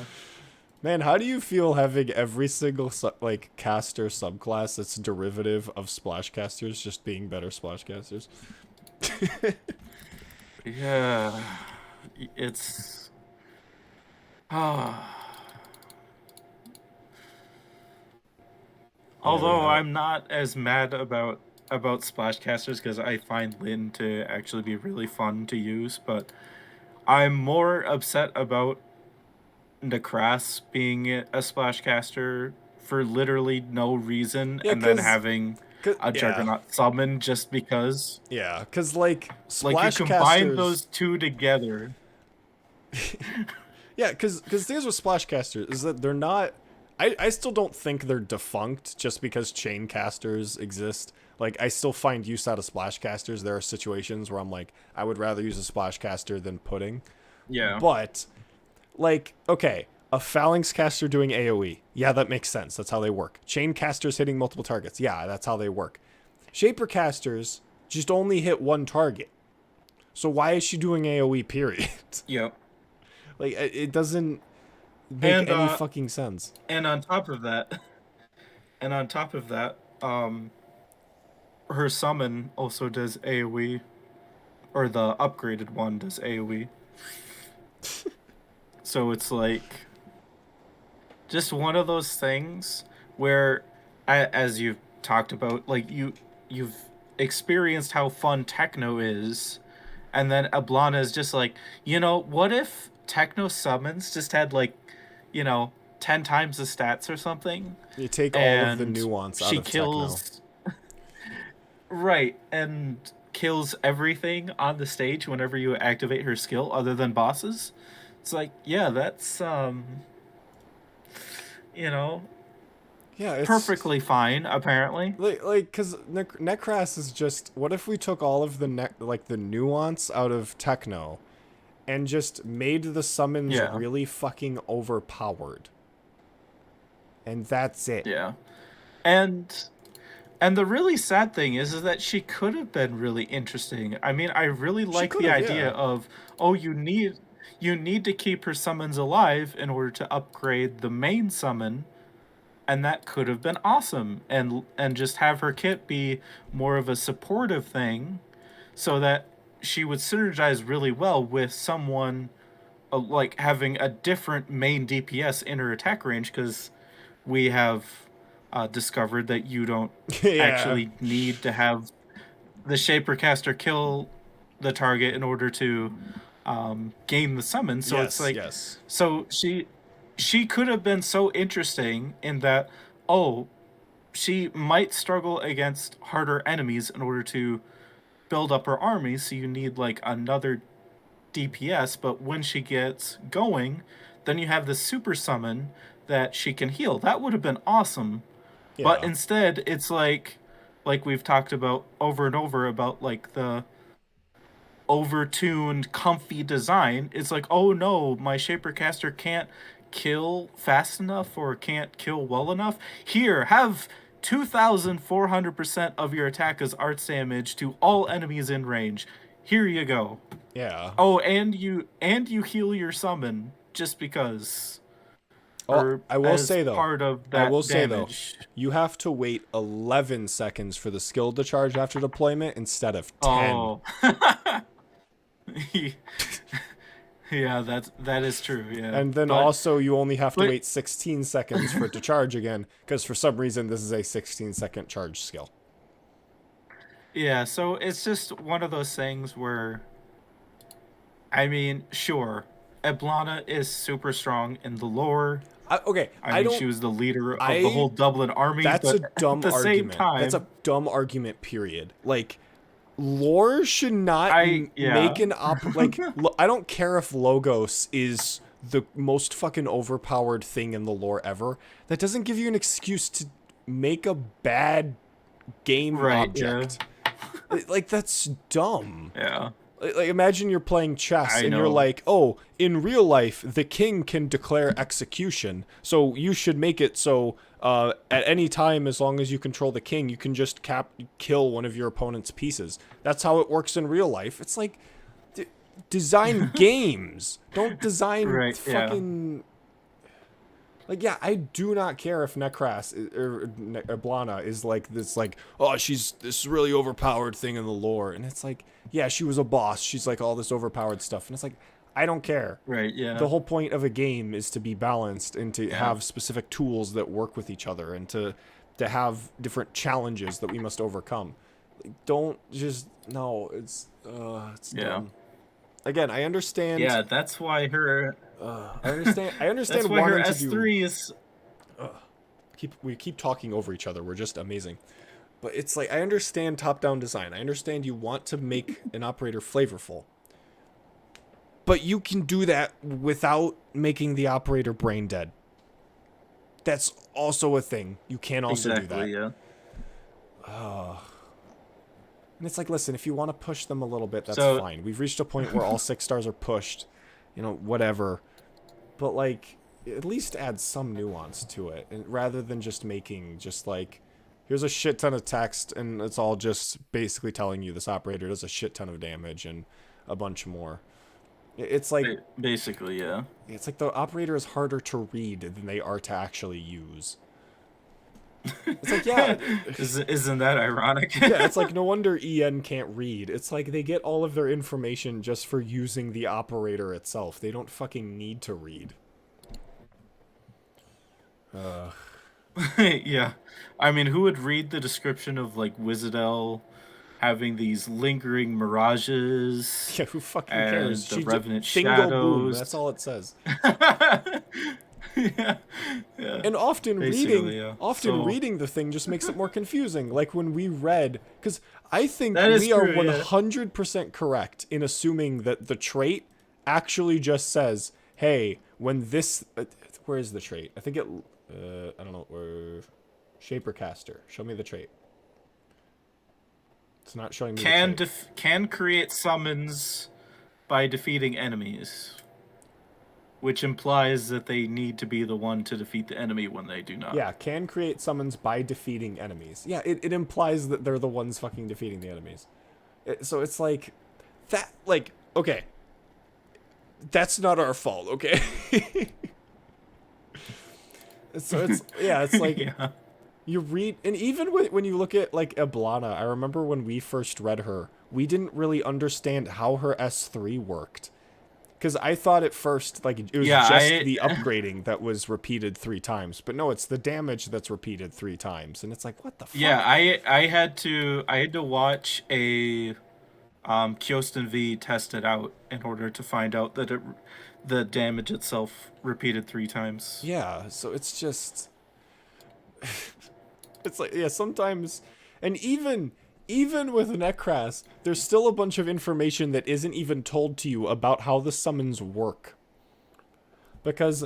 Yeah, that's true. They all have, like, this very specific, like, upgrade amounts, and then only on the 3rd and 6th upgrades do they gain extra block in skill range or whatever.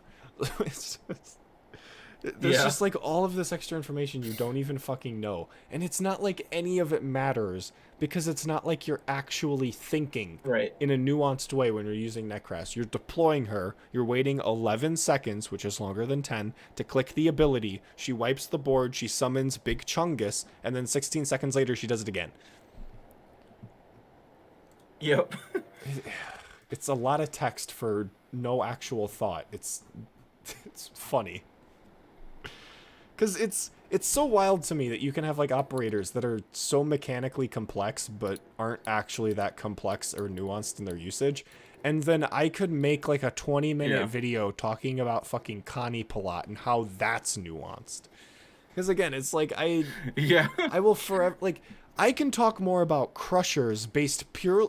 I can talk more about Crushers based off of their base stats alone than I can talk about the nuance of Necras's S3. Like, it's again, obviously this isn't for me. Obviously this kind of stuff isn't designed for me. It's designed for other players. But it's so frustrating because it is antithetical to the arknights that I enjoy. It's backwards design decisions, and so it's annoying. It just sucks. And for and for anyone watching this, I do plan on making a video about Necras, like showcasing her S3 and how dumb it is. So are we gonna ock her too? Look forward to that, I guess. I might. Very tempting. But yeah, I mean, what kind of I don't know. I mean, I also kind of want to like see how she performs like with buffs, like the Sculptor buff, Aya buff, maybe even Stainless buff. Like, how ridiculous can her S3 damage get? Yeah, I will say that Like, it is a damage modifier, so you can buff the hell out of it. So there's at least some fun with that. Yeah. Yeah, I mean, 800% is probably like the highest, one of the highest multipliers in the game, I want to say, and it really repeats 3 times per. Yeah. It's really so it's just and then when her module comes out, like I said earlier, she gets 25% attack, basically for free, and then she gets 15% bonus damage against enemies blocked by her summon. So I don't know. I mean, it's something in my brain is like, I want to like limit test this, how stupid this can get, because it's already stupid. But like, this is the kind of thing that I do on my main account in order to like have fun. Or like I mentioned to you earlier, like me using Ak and Shining to buff Silverlight Eterna's S3 in order to give Vigil's Wolves 4,000 HP is more funny to me and more enjoyment than basically most of these push 6 stars. Yeah. Because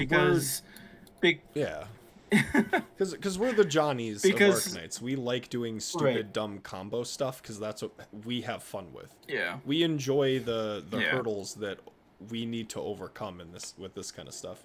And what matters the most about how we play Arknights is the fact that we're approaching Arknights in our own unique way. The fact that the way that we're playing Arknights is essentially just us. Rather than... Because, like, we would never look up a guide just for the sake of beating a stage, because to us it defeats the point of the stage. Yeah. And so it's like, yeah, it's a lot more fun to do stupid shit with Ak, which is why Ak is an amazing operator and I love him. Yes, he is. Yeah, I mean, versus an operator like Necras, where the nuance ends the moment you step in the door. Because I think that is ultimately the key as to what we find fun about Arknights, and that's nuance. It's the amount of layers that you can get into. It's the amount of of cool things that you can do with operators. And so when an operator is already at the finish line, it's difficult to feel invested in wanting to do anything because you didn't earn it. You didn't reach a point Yeah. to where like, oh, this is me. This is something that I did. My brain came up with this. It's like, no, the developers just gave this to you. It's not fun at all. It's like, oh yeah, I could Spuria Wishadel's S3, but it's not like it's really making that large of a difference in the end. It's like, yeah, you want to know what's fucking ironic is that Spuria is probably one of the best buffers for Wishadel, and Winflit is one of the best buffers for Logos, but no one's ever gonna fucking tell you that. Right, yeah.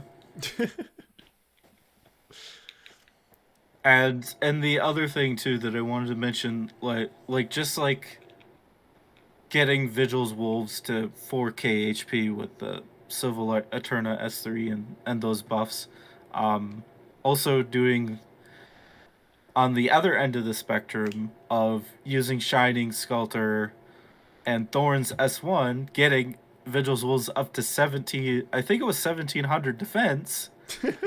Like, to me, I find that hilarious because everyone's like, oh, Vigil's Wolves have no survivability whatsoever. It's like, okay. Then give them survivability. You know, if you...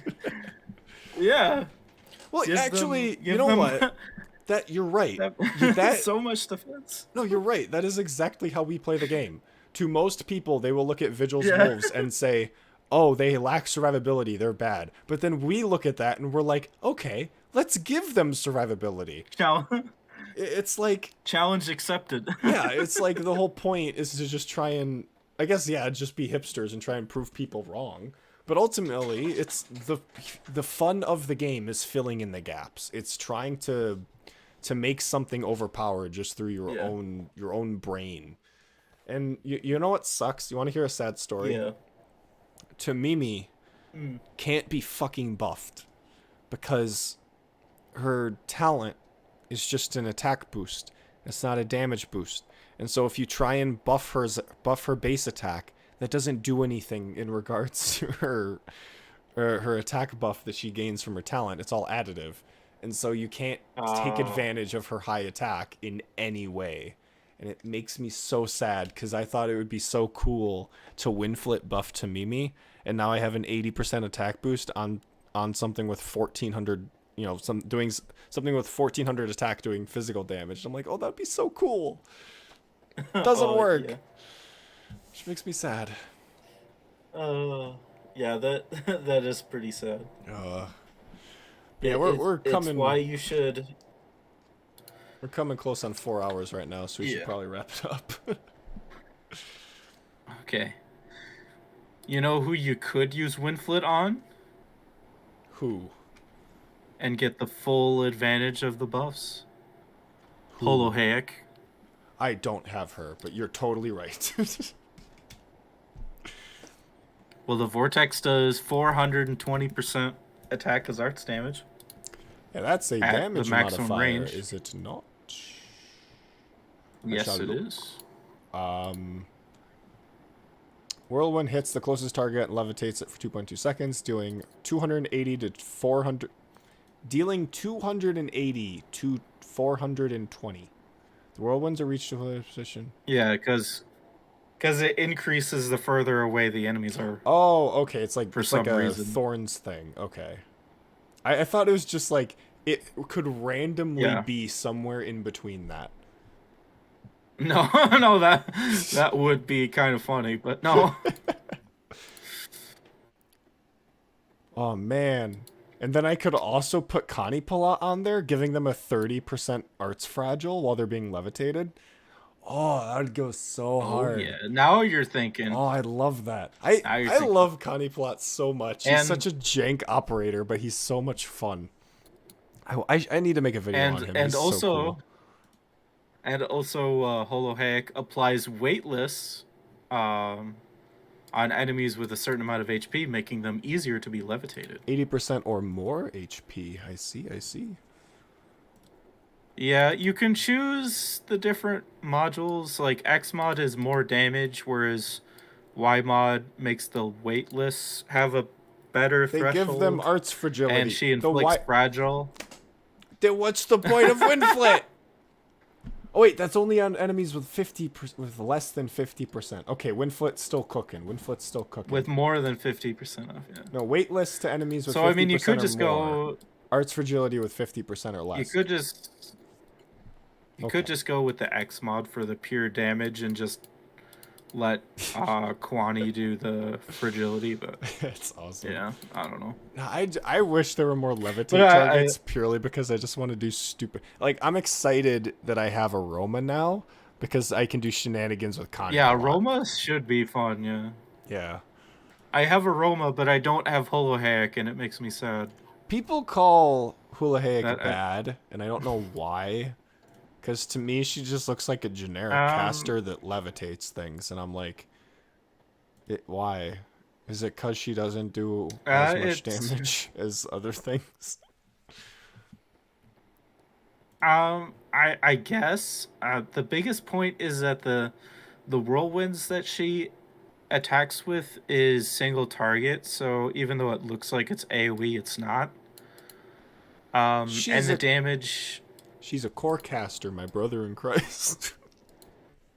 I know, but I mean, that is something that people don't like about it, and I think the increased attack interval, maybe it makes it so her damage is bad overall. I genuinely don't know because I don't have her, but I mean, she just sounds like fun to mess around with. She does look like fun. Not really a meta pick. And also, she gets the AoE sniper range as a caster, so... Oh, wow, you're just right. Throwing that out there. Range. Yeah, I don't know. So you can put her at the back of the map, and... Yeah. I don't know. I guess we're just going to have to get her someday and build her. Well, I have her on the Elite Zero level 1 account. I don't have her on... Oh, yeah, you should build her. Go ahead. I don't have her on my normal account. So, I do not have her on my normal account, period. And I don't know if she's ever going to come around. But no, yeah, like, I'm looking at her and I'm like, she doesn't even seem that pushed. Yeah, I don't know. I would genuinely have to... The next attack have hands-on experience. She legitimately just looks like a 6-star version of Connie Palat, because her S1 hits an additional target, just like Connie's S2. She only levitates if she attacks one target, though. Oh, does she? One additional target. Oh, if only one enemy is hit, applies levitate for 4 seconds. That's over 50% uptime. Yeah. Although you can do some really... You can do some memes with her Y module against bosses, and it's pretty funny, but... Yeah. What's the limit for weightless? Because it's like, if they're above 3, it's halved, but I don't know, when are you not allowed to levitate? Wait. I don't think there is a limit unless a boss specifically has... Oh, you're probably right. It probably is just immune. Is immune to it. Yeah. Yeah. Yeah, and who wait are 4 or higher. Yeah, 4 or higher can only be levitate for half as long. Okay. Chong Wei applies levitate? On his S2, yeah. Yeah, that's funny. He basically hits him into the air and then smacks him down, which is that's funny. Kind of satisfying. But, I like that. But his S3 does so much damage, man. It's insane. I love Aroma's. I love her. I love her talent because it made me look up what saponaceous meant, and it means soapy. Oh right, yeah.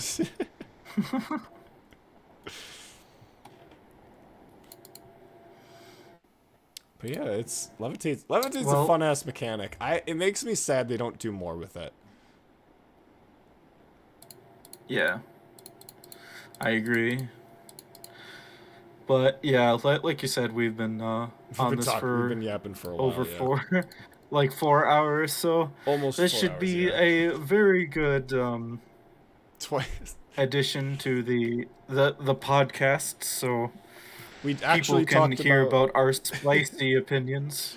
I think I'm gonna title this something like Bloop and Loey talk about Arknights power creep, modules, chip catalysts, and Hulhiek for 4 hours. Yeah, and I did see that comment on that Hodor video, and I do apologize. We didn't quite reach the 6-hour mark of glazing Hodor, so That'll have to be the next episode. we can That'll have to be the next Yeah. episode. we can talk about Crushers and their amazing design for 6 hours in a different episode. I talked about Crushers for like at least 20 minutes in this episode, so clearly we're getting somewhere. Yeah. So to anyone still watching this, thank you all for listening. Loey, would you like to thank them? Thank you for watching us ramble and our,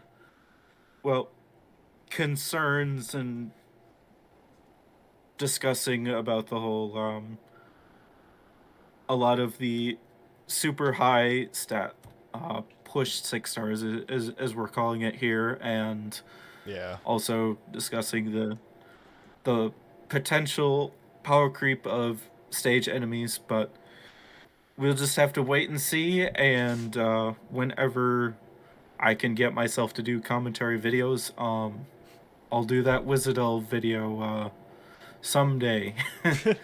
But there's a few other videos commentary-wise that I want to do before that, but that's going to be a big one. Elite Zero Level 1 guy rants about Wizardel for an hour. Let's go. Oh, and also I would like to say, we do not mean any offense to anyone who enjoys using the operators that we shit-talked. If you genuinely enjoy using those operators because you personally find them fun, then I don't give a shit. Enjoy whatever the fuck you want.